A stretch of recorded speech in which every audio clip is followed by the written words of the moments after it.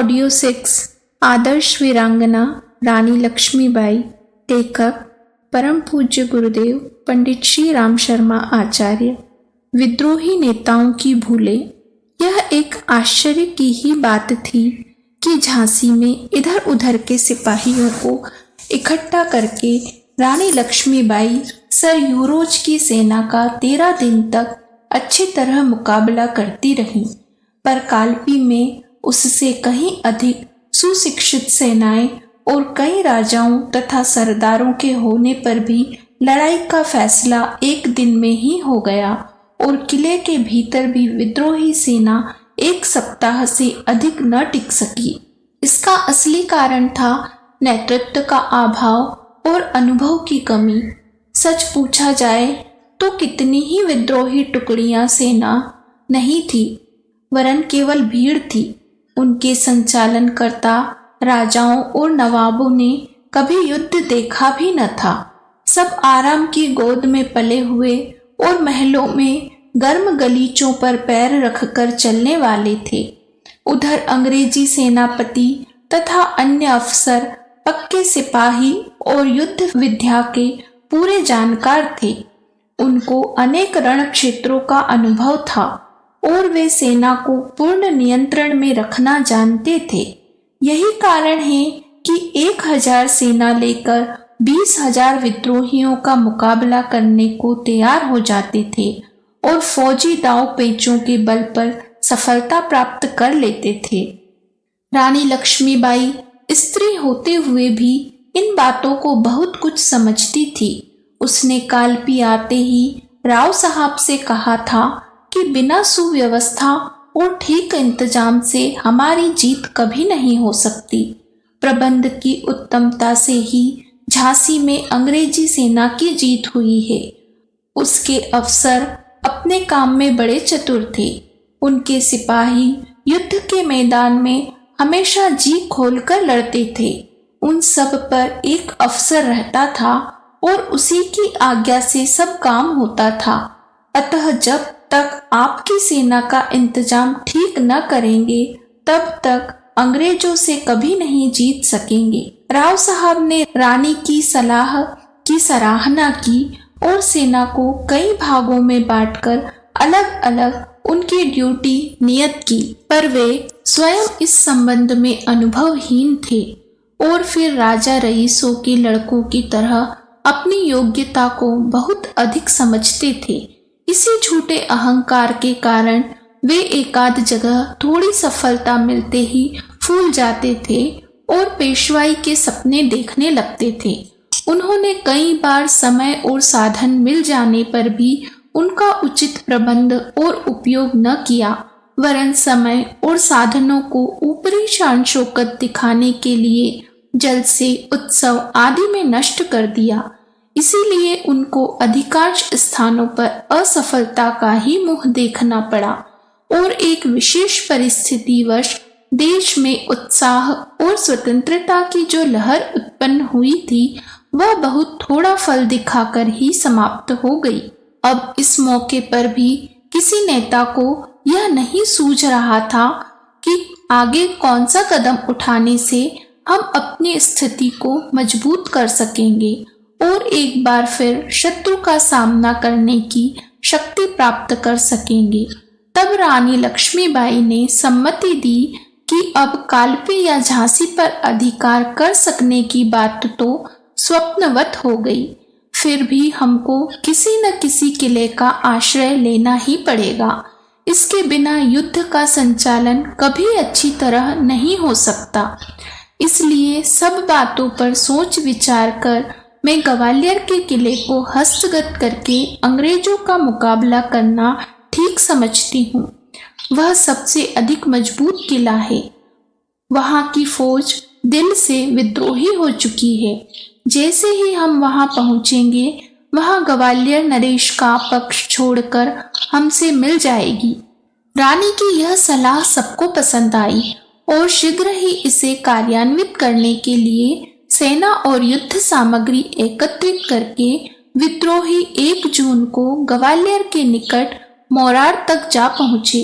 अब वहाँ के महाराज जीजाजी राव तथा उनके दीवान दिनकर राव बड़े संकट में पड़े।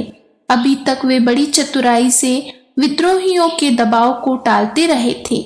जीजाजी राव तो एकाध बार विद्रोहियों से मिलने को तैयार भी हुए थे, पर दिनकर राव ने ही उनको सब कुछ ऊंचा नीचा समझाकर रोक रखा था। अब विद्रोही सेना के आक्रमण कर देने से उनको सामने आना पड़ा और 7-8 हजार सेना लेकर मैदान में आए। ग्वालियर का तोपखाना प्रसिद्ध फ्रांसीसी सेनाध्यक्षों की देखरेख में बनाया और संगठित किया गया था। उसकी शक्ति अब भी पर्याप्त थी। उसकी मार के सामने आरंभ में राव साहब की सेना के पैर उखड़ने लगे। यह देखकर रानी लक्ष्मीबाई ने एक सेना दल को लेकर ग्वालियर की सेना पर धावा किया और उसकी हिम्मत को तोड़ दिया। बहुत से सैनिक जो पहले ही ग्वालियर नरेश की अंग्रेजों की तरफदारी की नीति से नाराज थे, उनका साथ छोड़कर विद्रोहियों से आ मिले। यह देखकर जीजाजी राव और दिनकर राव भाग खड़े हुए और आगरा पहुंचकर अंग्रेजी सरकार की शरण ली। अब राव साहब, लक्ष्मीबाई, तात्या तोपे आदि का ग्वालियर पर सहज में अधिकार हो गया। वहां का खजाना और सैन्य सामग्री विद्रोही दल को मिल गई। 3 जून को राव साहब ने फूलबाग में बड़ी शान से दरबार किया, जिसमें सब सरदारों ने उनको पेशवा स्वीकार करके ताजीम की। इस अवसर पर उन्होंने खजाने का बहुत सा धन लोगों को बांटने में बर्बाद किया। इस समय भी प्रबल शत्रु की तरफ से लापरवाह रहकर उन्होंने पहली गलती को दोहराया। लक्ष्मीबाई ने उनको बहुत समझाया कि अब जबकि ग्वालियर राज्य के साधन प्राप्त हो गए हैं, तो सब काम छोड़कर उन सब का उपयोग अपनी रक्षा व्यवस्था को मजबूत बनाने में करना चाहिए, क्योंकि अंग्रेज अधिकारी चुपचाप नहीं बैठे रहेंगे। वे शीघ्र ही हम पर हमला करेंगे और हम उनका मुकाबला तभी कर सकेंगे जब हम हर तरफ से तैयार रहें। पर राव साहब इस समय विजयोत्सव में मगन हो रहे थे।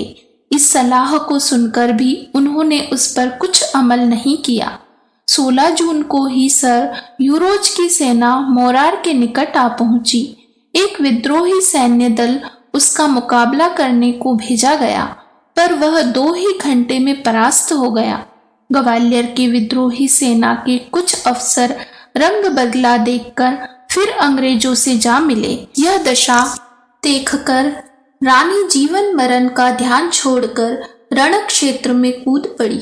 17 जून को ग्वालियर से 5 मील के फासले पर कोटा की सराय नामक स्थान पर भीषण संग्राम हुआ।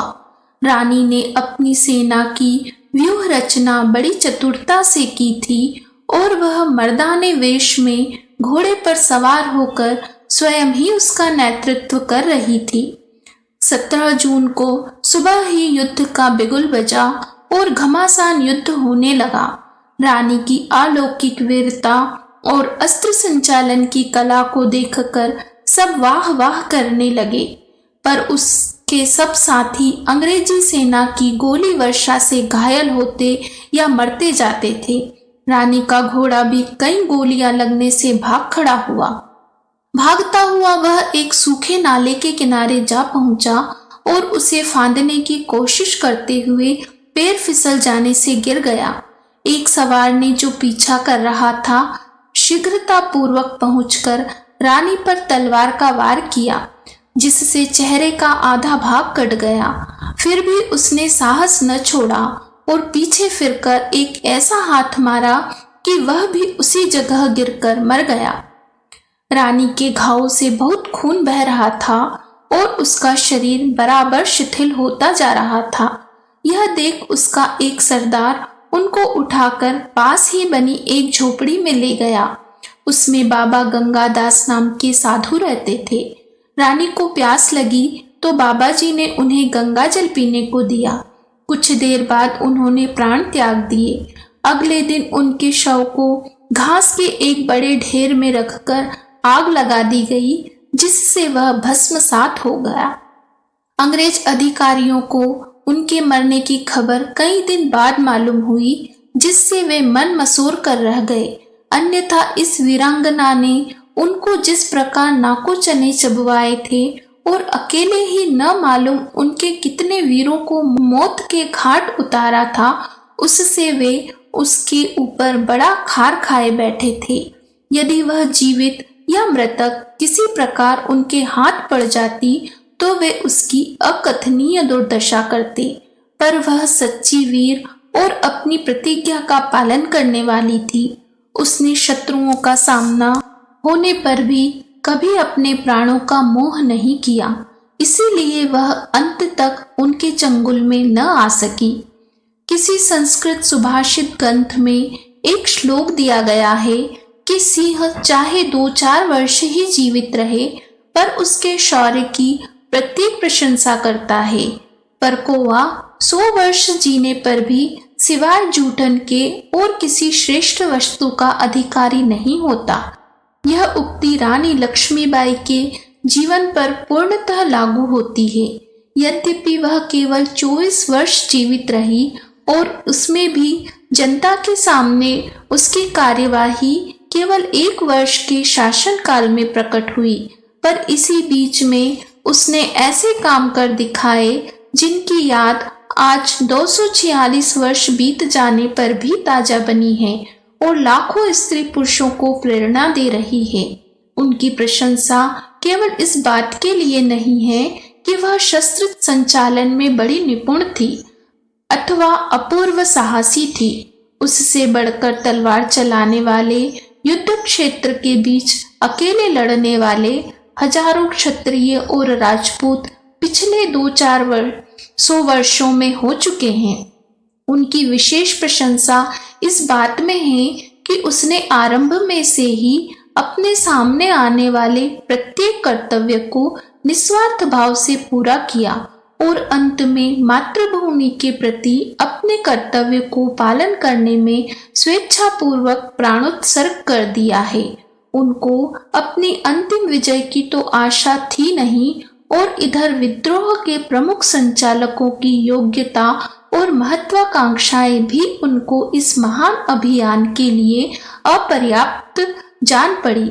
इसलिए उन्होंने सर्वश्रेष्ठ मार्ग यही समझा कि इस विकट अवसर पर ही अपना बलिदान करके तात्कालीन और भावी देशवासियों के सम्मुख एक प्रेरणाप्रद उदाहरण उपस्थित कर दें।